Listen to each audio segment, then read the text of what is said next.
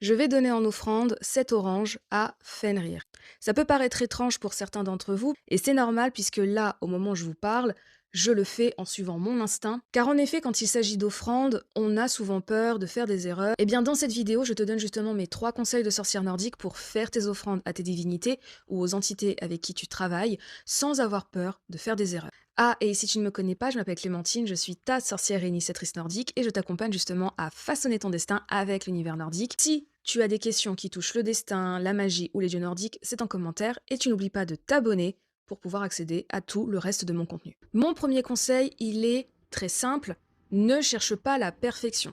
Dans le cadre des offrandes, on peut les catégoriser en 3 parties. Les offrandes matérielles, donc qui est de l'ordre des effigies, des photos, bougies, objets, les alimentaires et énergétiques. Énergétiques, ce sont les gratitudes et bien entendu les prières.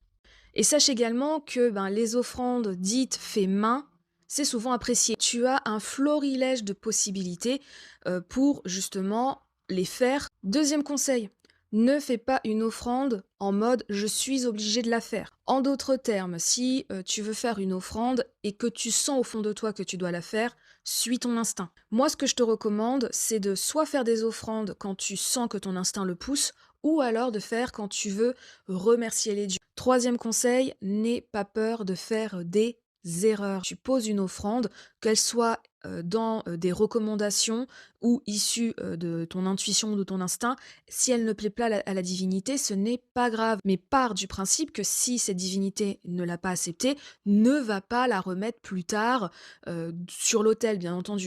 Quoi qu'il en soit, n'oublie pas que les offrandes ne sont pas là pour contrôler les dieux ou contrôler le lien ou te contrôler. Elles sont là pour justement t'aider à nourrir et développer le lien que tu as avec elles. Alors quand tu fais une offrande, fais-le avec le cœur, avec l'honnêteté et la sincérité. N'hésite pas à me dire en commentaire quelle est la dernière offrande que tu as faite à tes divinités. Et sur ce, je te laisse à ton destin.